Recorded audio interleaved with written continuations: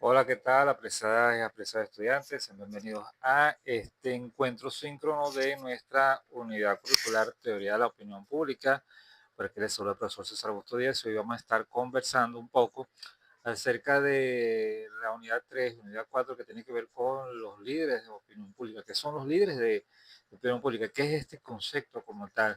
Además de algunos autores referentes sobre que la teoría de la comunicación, que de esta teoría, probablemente dice viene lo que es la opinión pública. Y hay unos elementos claves que la definen, así como hay otros investigadores que señalan todo lo relacionado a la opinión pública, pero desde su perspectiva como tal.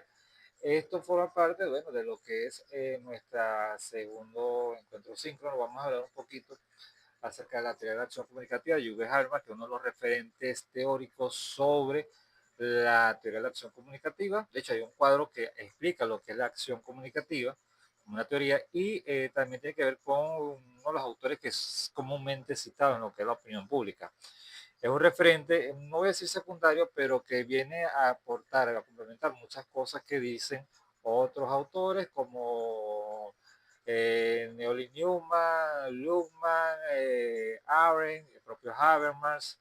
Hay otros autores como Lippmann, que habla sobre las élites y la inviabilidad de la opinión pública. Y aquí se habla mucho de las élites. Yo investigando, divulgando un material que se los coloqué a ustedes en la plataforma, habla sobre las élites dominantes. Y cuando se habla de élites dominantes, tiene que ver con un grupo selecto de personas, de instituciones, de empresas, de sumo poder que influyen sobre el comportamiento de otras personas. En este caso, la opinión pública. No quiero ahondar en detalles que vayan a entorpecer nuestra clase como tal, pero los líderes de la opinión pública, según teóricos como Lasser Farid Katz, los líderes de la opinión pública son individuos influyentes en sus redes sociales, que reciben información de los medios y reinterpretan para su grupo, actuando como filtros y mediadores entre los medios masivos y el público en general, siendo vistos como expertos accesibles, ojo con esto, expertos accesibles, y confiables que moldean actitudes y comportamientos. Otros, como Walter Lippmann,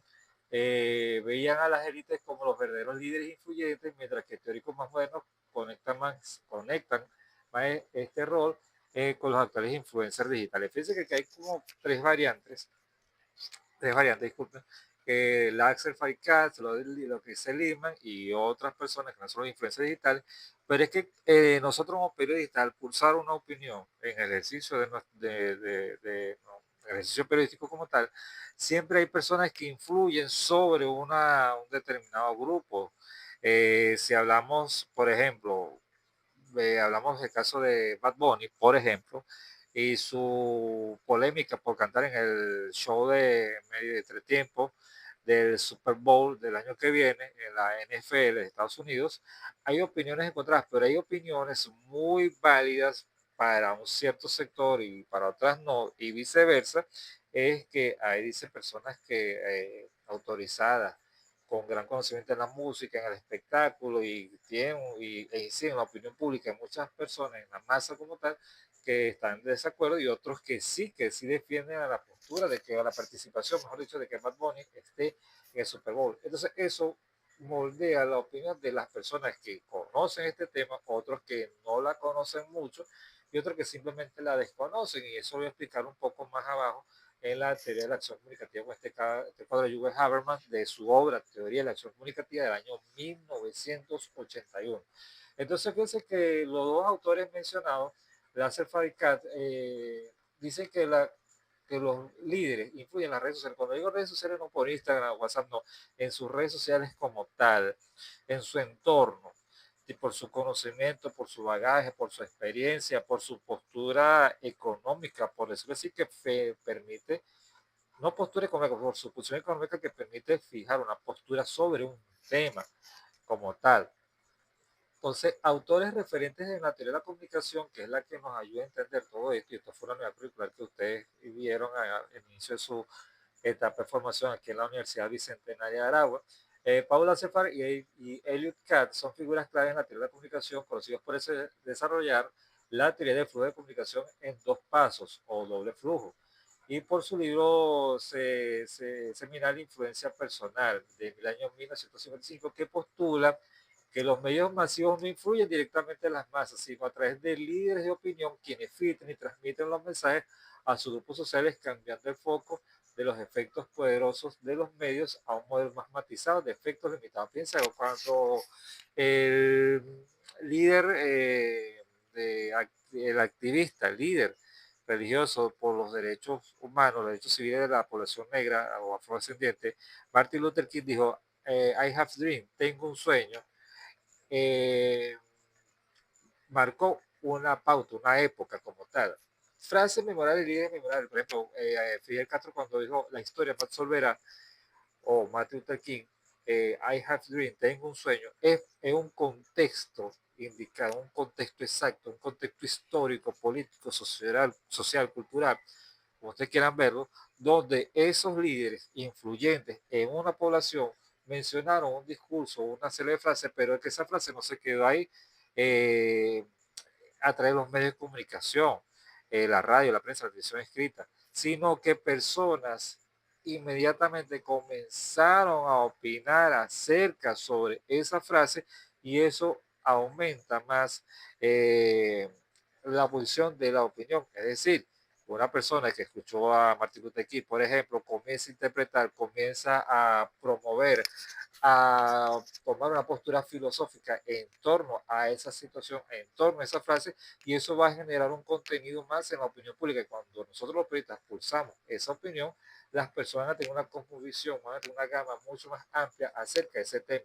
Por ejemplo, si hablamos acerca de las tradiciones y culturas en Venezuela en la época de Sembrina, bueno, nosotros vamos a hablar, bueno, tradiciones culturales, bueno, vamos a hablar, por ejemplo, del caso de las manifestaciones, por ejemplo, montar el pesebre, la bolita de Navidad. ¿Qué significa eso? De lo que vamos a hablar del punto religioso, buscamos a un sacerdote que nos indique todas esas fiestas en torno a la figura de Jesús de Nazaret.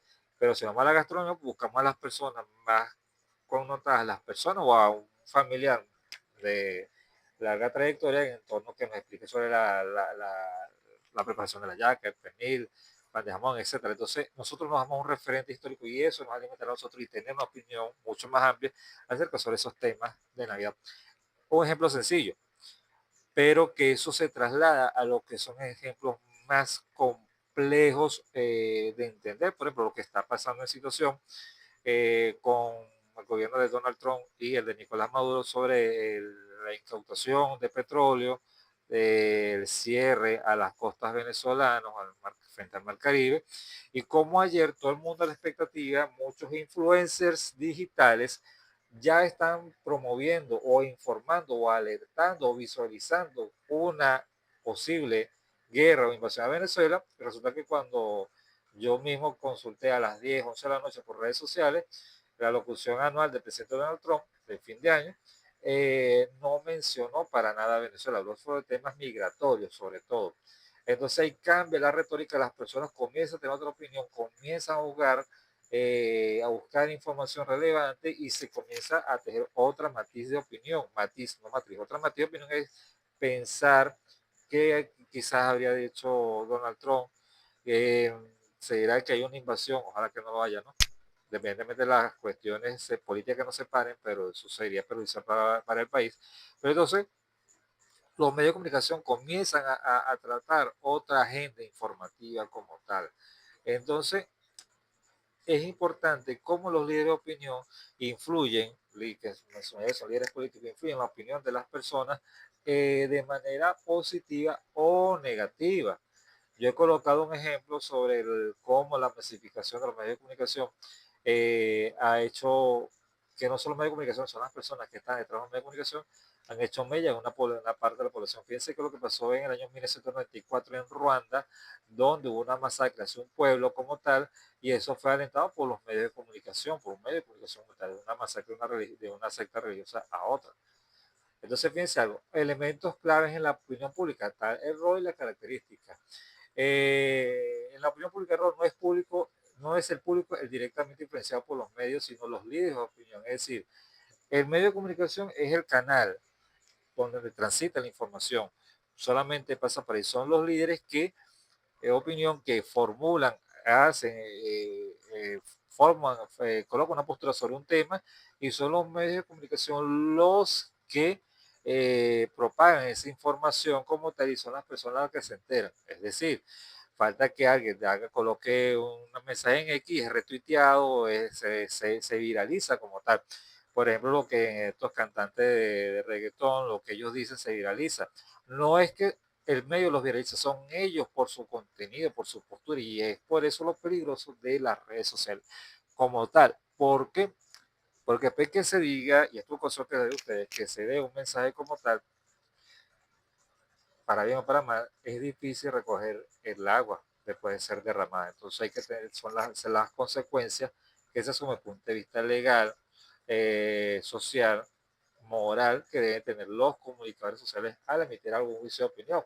Esto se ve comúnmente, por ejemplo, esos podcasts del chiringuito, por ejemplo, que de fútbol, que yo no lo veo, pero cuando veo las discusiones casi se entran a golpe, y es que una persona opina sobre un tema, es decir, le dice que el Barcelona es el mejor del mundo, pero no, el Madrid es el mejor del mundo, o sea, ahí no hay para discutirse, ahí no hay una tercera vía, ni siquiera Atlético de Madrid.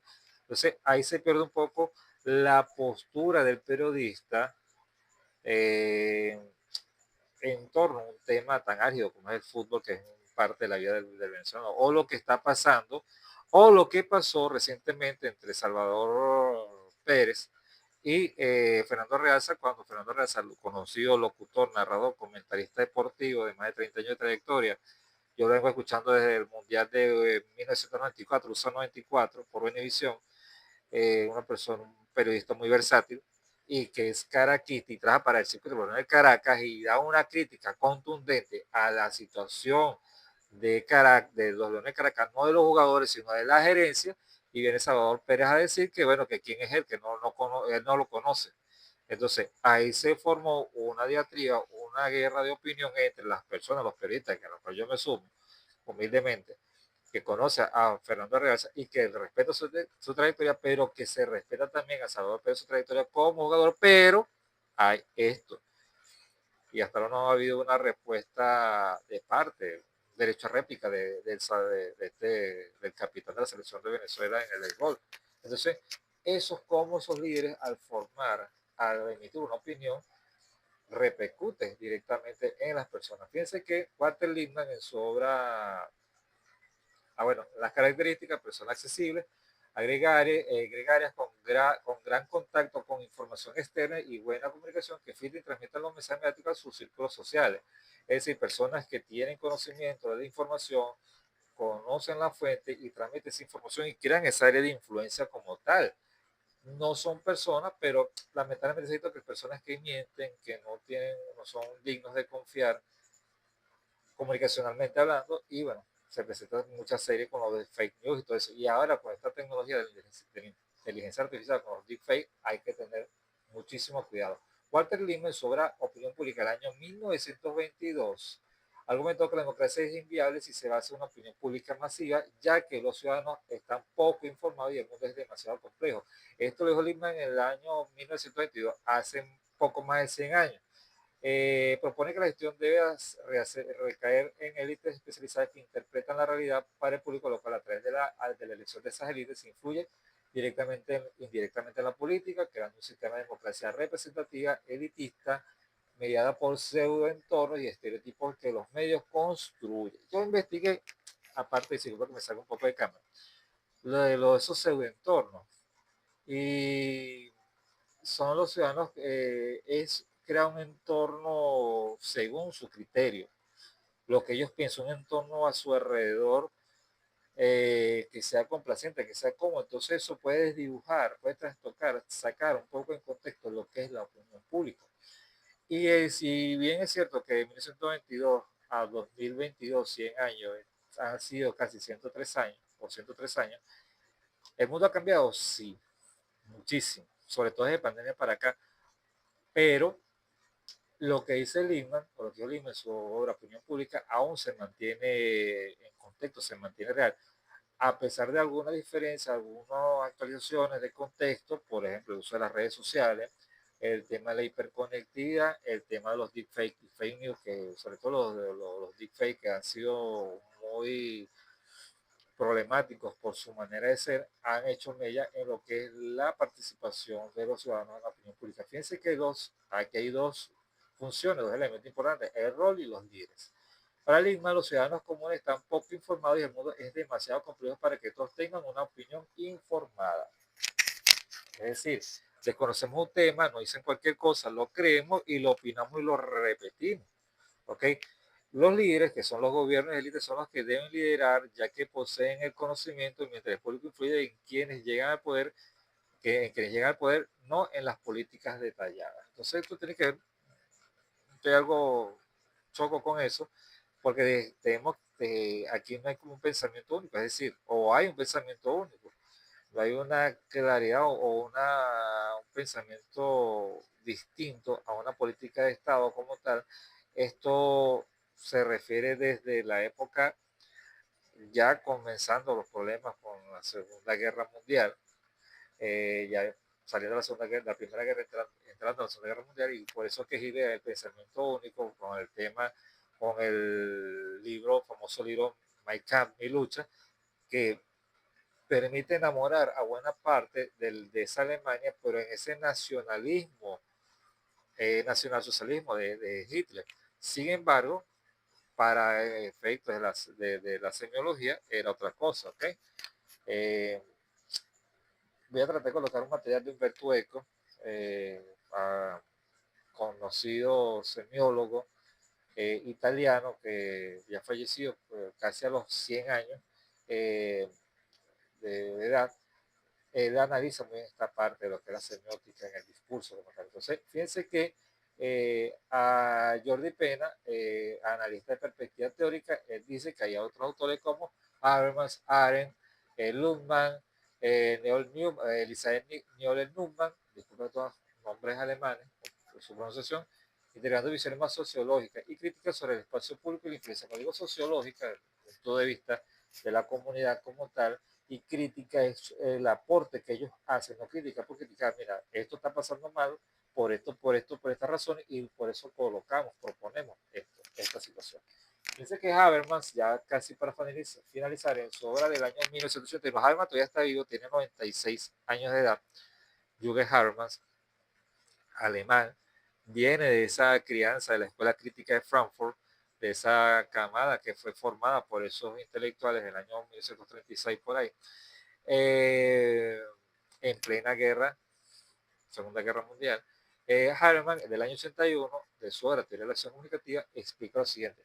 El concepto de acción comunicativa persigue el lenguaje como un medio dentro del cual tiene lugar un tipo de proceso de entendimiento, en cuyo transcurso los participantes, a relacionarse con un mundo, se presentan unos frente a otros con pretensiones de validez que puedan ser reconocidas o puestas en cuestionamiento. Es decir, que todos conocemos, todos podemos interrelacionarnos, lo que yo diga puede ser puesto en cuestionamiento, lo que diga una persona puede ser puesto en cuestionamiento. Cuando digo poner en cuestionamiento no es creerlo totalmente, bueno, es verdad. Es como lo que se vio en redes sociales hace 2 semanas. Yo personalmente lo vi en Maracay el sábado después del Viernes Negro, que está la cuestión de que los marines van a llegar a Venezuela, que prácticamente por redes sociales se dice que los marines estaban en Ocumare comprando pescado para venirse para Maracay, y yo estaba en el centro de Maracay y vi cualquier cantidad de personas comprando, tanto así que el congestionamiento vehicular era tan fuerte que casi bajando una camioneta me atropelló una moto. Si no es por colector, bueno, casi me llega la moto. Pero era por el descontrol que había de personas comprando, haciendo compras, haciendo fila para comprar, entrando a diferentes tiendas para adquirir productos y pagando en divisa, en efectivo, por plataformas de descuento, etcétera. Y eso me pareció muy bien, pero entonces las personas están descontextualizadas en una situación real que está pasando en el Caribe venezolano. Sin embargo, esto es objeto de estudio como tal. O sea, estamos al borde de una crisis, pero estamos comprando. Son dos cuestiones que se someten a la opinión pública como tal. Y no es pretender ser el juicio de valor, que uno tome una decisión, sepa, mira, está pasando esto, pero con argumentación como tal. Fíjense que en el cuadro que, para cerrar, el mundo objetivo, O la teoría de la acción comunicativa, Habermas lo divide en tres elementos: el mundo objetivo, el mundo social y el mundo subjetivo. Ya a permitirlo leer y se lo explico. El mundo objetivo es como conjunto de todas las entidades sobre lo que son posibles enunciados verdaderos, es decir, qué es lo que está pasando, por ejemplo, en el Caribe, qué es lo que está el movimiento naviero tanto de la Armada de Estados Unidos como países aliados del gobierno de Venezuela como China, Irán y Rusia, enviando barcos de petróleo, cargueros de petróleo. El mundo social, como conjunto de todas las relaciones interpersonales legítimamente reguladas, es decir, qué opina un sector, qué opina otro sector sobre este tema, ¿ok? Porque hay que decir que estamos polarizados políticamente. Y el mundo subjetivo, cuando digo esto, es qué opinión tienen personas afectas y no al gobierno sobre este tema. Y el mundo subjetivo es como totalidad de las vivencias del hablante, a lo que éste tiene un acceso privilegiado, es decir, cómo yo lo asumo, si me interesa o no, si sé la información, si tengo conocimiento, si de verdad me interesa conocer este tema, qué posición tengo ante la sociedad como tal y emito una opinión, es decir, lo subjetivo lo que viene de cada una de las personas. Entonces, Alma lo desarrolla de esta manera para entender un poco más de lo que es la teoría de la acción comunicativa. Este libro es grandísimo, tiene 581 páginas, si mal no recuerdo, y es interesante, es muy filosófico, pero es interesante, a su vez no deja de serlo en ningún momento, porque es la postura de Habermas con lo que es el medio de el tratamiento de los medios de comunicación hacia la noticia, cómo inciden en la opinión pública, cómo inciden también en lo que es eh, la postura de los medios de comunicación o de aquellos líderes políticos, líderes de opinión sobre una sociedad como tal.